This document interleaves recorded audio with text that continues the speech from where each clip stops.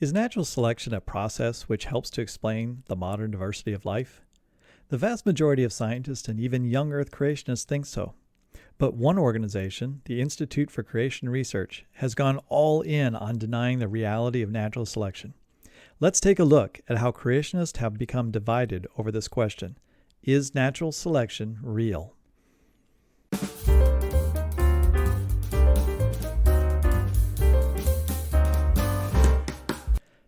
Young Earth creationists have something of a love-hate relationship with natural selection as a mechanism of evolution. Proposed by Darwin and Wallace in the middle of the 19th century, many young Earth creationists have equated the term with evolutionary theory and hence reflexively reject the process. But in the past few decades, as young Earth creationists have turned their attention to explanations of origins of biological diversity within a young Earth framework, many of them have found themselves embracing the process of natural selection as an important mechanism for bringing about biological diversity within God's created kinds.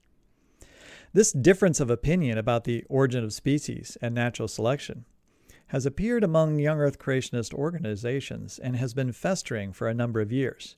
But in 2018, a dispute broke out into full view. The Institute for Creation Research, ICR, published a short uncredited article on their website extolling the virtues of Dr. Guglielmo's continuous environmental tracking hypothesis as an alternative to natural selection, as a mechanism for shaping organisms in their environment. Dr. Guglielmo, a medical doctor, has spent the last 10 years at ICR developing his alternative to natural selection. And I think this short article marks a watershed moment in the history of ICR and young Earth creationism. This article is something like an official policy statement with the organization, taking a position that Dr. Guglielmo's model is the best model for explaining the origin of biological diversity within a young Earth perspective.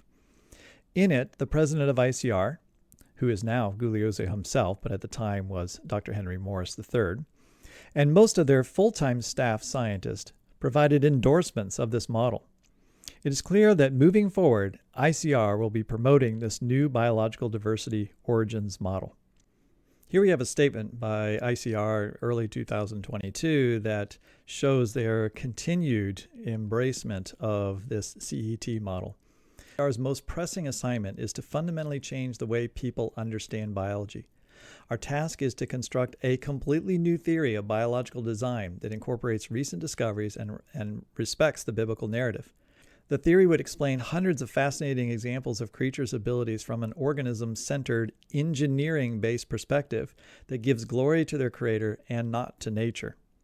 We hope that this theory will become the fundamental design-based principle uniting biological explanations in Christian textbooks and museums, educating future generations of young believers. We pray that an engineering-based approach to biology will spark a second creationist revival and once again stir up a sense of certainty in Christian truth.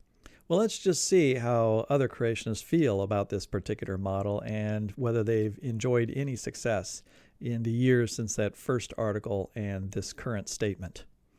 In making this statement, ICR has laid down the gauntlet and is directly refuting, without mentioning AIG by name, the position that AIG, and to a lesser extent that of the Creation Ministries International and other young Earth creationist organizations in recent years. AIG has embraced natural selection as a primary agent in their hyperspeciation model of species origins and adaptation of organisms to their environment.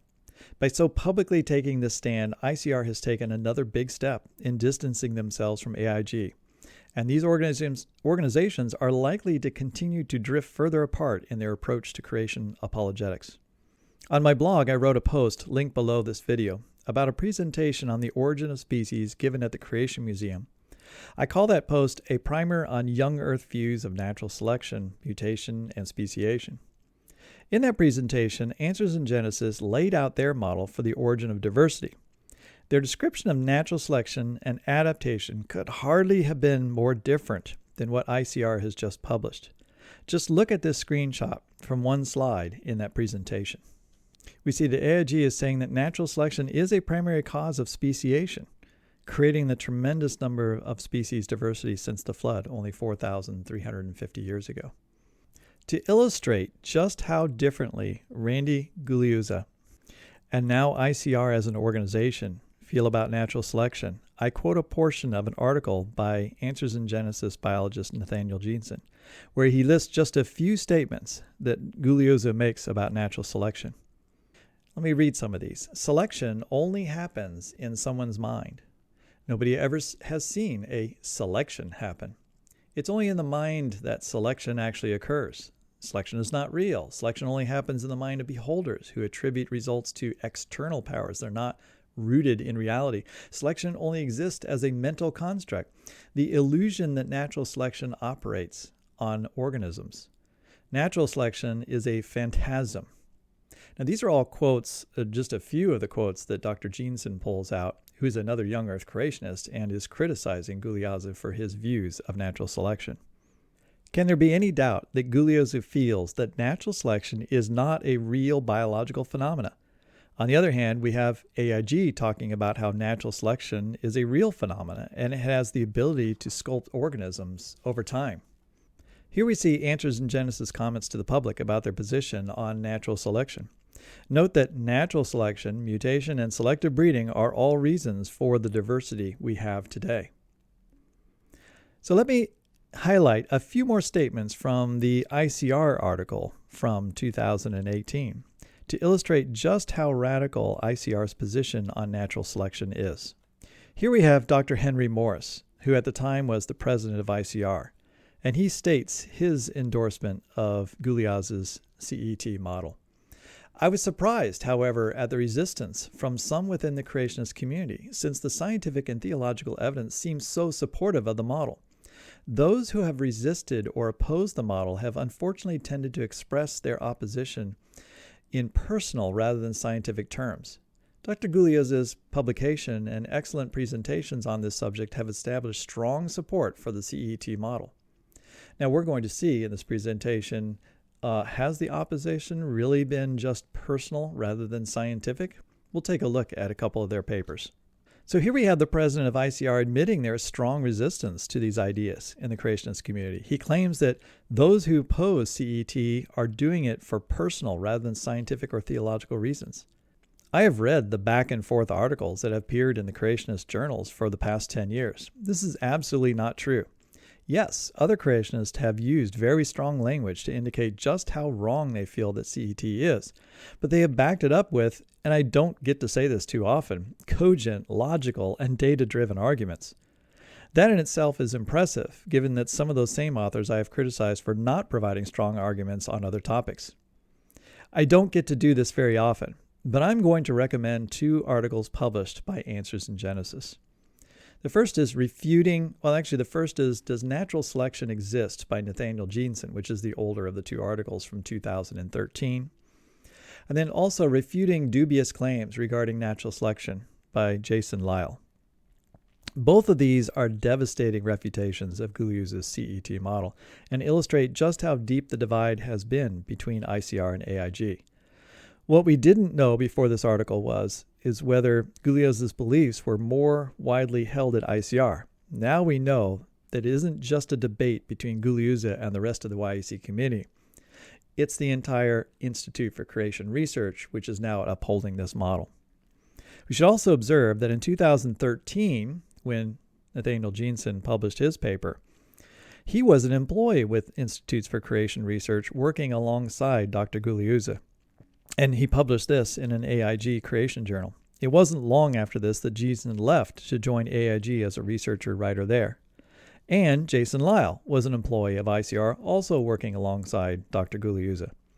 At the time he published his critique in 2018, and he has since left ICR. Now that we can see that ICR has circled the wagons around Guglielmo's CET model and had every scientist there write an endorsement of it, I think we can see the likely reason that Jason Lisle is no longer with ICR. Dr. Moore's statement that there is strong support for the CET model also bears some skepticism. Yes, it appears CET has garnered strong support within the walls of the ICR office spaces at Dallas, Texas, and some creation conference audiences may have believed what he has presented, but I see no evidence that the CET model has gained any support beyond the very small community of ICR scientists. I can't think of 5 trained biologists that have taken his model seriously. That is hardly strong support. Other YEC organizations aren't supportive and are ambivalent to it, or have very strongly opposed his ideas. Returning to the article, Dr. Brian Thomas states, in support of ICR's position, Neo-Darwinism relies on natural selection of mutants. Classical creation teaching, including that of ICR's founders, decried the total inadequacy of Neo-Darwinism in generating the diversity of life. It rightly argued that mutations destroy and that natural selection can only select what's left alive. I believe Thomas is intimating in his classical creation mark that YECs of the 60s to the 80s would never have agreed to what the offshoot ministry AIG has done by accepting so many evolutionary mechanisms as valid and placing natural selection at the center of their model for what has caused the diversity of life. I've spoken before about how AIG is ever more willing to accept that some mutations within kinds can create variations, which might aid in the adaptation and the origin of new species. This is anathema to ICR scientists who argue that nothing good can come from mutations. Lastly, Dr. Vernon Cupp's remarks, I have found that he understands that natural selection, as portrayed by many creationists and evolutionists, puts nature in the place of God, thus robbing God of his glory. He understands that the changes that are observed in living organisms come from features built into those organisms and not from some esoteric outside influence. This is an interesting observation and one that has some merit in my mind. I made the same observation at the end of my remarks about AIG's model of species origins in a recent blog post. I asked, how does AIG think that God directs or is involved in the process of natural selection? I don't think that Guliuz's CET model provides any advantage here, but it highlights how young Earth creationists have struggled to explain vast hyperspeciation after creation as God-directed, yet within the context of observable, scientifically testable hypotheses. So lastly, let's take a look at some of the responses from Nathanial Jeanson and Jason Lisle. And I'm just going to read a few comments from their publications to illustrate just how strongly opposed Answers in Genesis is to this new ICR model. So here we have in 2013, Nathanial Jeanson. Just want to note that he was at the time at the Institute for Creation Research when he published this article, Does Natural Selection Exist? A Critique of Randy Guliuz's Claims. In the abstract, how the biblical kinds diversified into species we see today is a pressing research puzzle in the young Earth model of origins. Oh, I would agree with that first statement. It is a pressing research puzzle, and I would stress the idea of puzzle and the very fact that we have two diametrically opposed views just on natural selection shows just how difficult this question has been for young Earth creationists.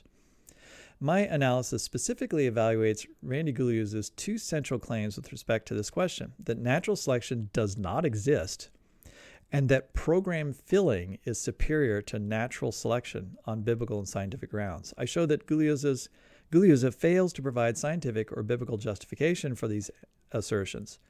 Therefore, Guliuz's claims represent speculation misstated at scientific fact, and the role of natural selection post-creation and post-flood remains an open question. Now, at the time, Nathaniel Jeanson's trying to very carefully walk the line here because he is a colleague of Guliuz's, and he's trying to share his concerns in the creationist peer-reviewed literature. He doesn't mix words quite as much today as he did back then, but even in this article, he has some very strong language about Guliuz's lack of understanding of the process of natural selection. And I think this one portion of the article illustrates one of Guliuz's biggest problems. At first glance, Guliuz's claims seem to contain a kernel of truth. After all, evolutionists often wax metaphysical, attributing godlike qualities to natural selection. However, natural selection is a nuanced term, and Guliuz fails to wrestle with the other definitions of this term. As evolutionists know and often state explicitly, another definition of the term natural selection refers to the process that occurs repeatedly in nature. And then he quotes Darwin from The Origin of Species. But if variations useful to any organic being do occur, assuredly individuals thus characterized will have the best chance of being preserved in the struggle for life. And from the strong principle of inheritance, they will tend to produce offspring similarly characterized. This principle of preservation I have called, for the sake of brevity, natural selection. one of Darwin's definitions of natural selection. Clearly, natural selection also refers to the operation of several fundamental biological processes: variation, differential survival, inheritance of traits from the survivors. As subsequent discussion will show, Gulliozza fails to address this process use of natural selection when justifying his rejection of the term. To summarize, Gulliozza's series of articles make very bold claims while committing numerous scientific, exegetical, and logical errors. Gulliozza never wrestles with the process definition of natural selection, and he lumps all definitions of natural selection into one, a rhetorical method that any Christian who would object to if used against Christianity. Gulliozza also defines his concept of program filling against his straw man definition of natural selection. This results in a strong resemblance between program filling and the process of natural selection, except that Gulliozza strains scientific credulity when he excludes any role for the environment. Furthermore, Gulliozza states program filling as a fact without biblical or scientific support. Clearly, Gulliozza's claims represent, at best, hypotheses stated as scientific fact. This is a serious scientific error. Jeanson's article is very thorough, well-researched, and includes a number of different problems that with Gulliozza's hypothesis. But let's move on to Jeanson Lisle. So in 2018, Jeanson Lisle took up the gauntlet that Gulliozza and ICR has thrown down and published this article, Refuting Dubious Claims Regarding Natural Selection. And I'm just going to read the abstract here to give you a flavor for it. Randy Gulliozza has made some controversial claims regarding the cause and nature of adaptation of organisms to their environment. Specifically, he claims that natural selection does not exist, that the environment is never the cause in the process of adaptation, and that organisms' ability to self-adjust in the cause of speciation. We examine Gulliozza's claims in four areas: consistent and correct use of terminology, logical coherence, scientific accuracy, and theological faithfulness. We find that Gulliozza's claims fail in each one of these categories. Gulliozza's central claims are mere rhetoric and do not stand up to rational scrutiny. Moreover, Gulliozza's view implicitly denies the omnipotence and sovereignty of God by restricting God's design and power to organisms. We then consider how to discuss natural selection and adaptation properly by applying careful scientific reasoning and correct terminology. We find that natural selection is very real and scientifically observable, and we find that adaptation of organisms always involves an environmental causal factor. Now, Moore's quote about personality and the person, not the scientific facts, really is not borne out by these articles by either Lisle or by Jeanson. Both of them use extensive use of the literature. They try as hard as they can to give the benefit of the doubt to Gulliozza. They examine all of his claims. They bring the evidence. And again, I have to say, I agree with the vast majority of what both of them say and refer to with respect to Gulliozza, and now what is ICR's default position with respect to how organisms have adapted and speciated in recent times since Noah's flood. Well, I hope that gives you some flavor for the discussion that's occurring among young Earth creationists, and really what I think is kind of a growing divide between the two major young Earth creationist organizations, the Institute for Creation Research and Answers in Genesis. I mean, you can't get much different than natural selection is not real, It's only part of someone's mind, and natural selection is no doubt actually real and is an important process and the means by which God has used to adapt and change organisms in the environment. This will only continue to create greater tension, I think, with the young Earth creationist community. Although at this point, Institute for Creation Research really hasn't picked up any traction, as I said, that I can see among anyone outside their own organization. If you want to, hear me talk more about what I think the significance of this is and my projections for the future, you can go back and look at my This Year in Creationism review for 2022, where I discuss this at some length. Thanks for hanging out with me and talking a little natural selection. If you enjoyed this, go ahead and subscribe to my channel. I will place all the links to these articles so that you can see them for yourself below this video. Thank you very much. We'll talk to you later.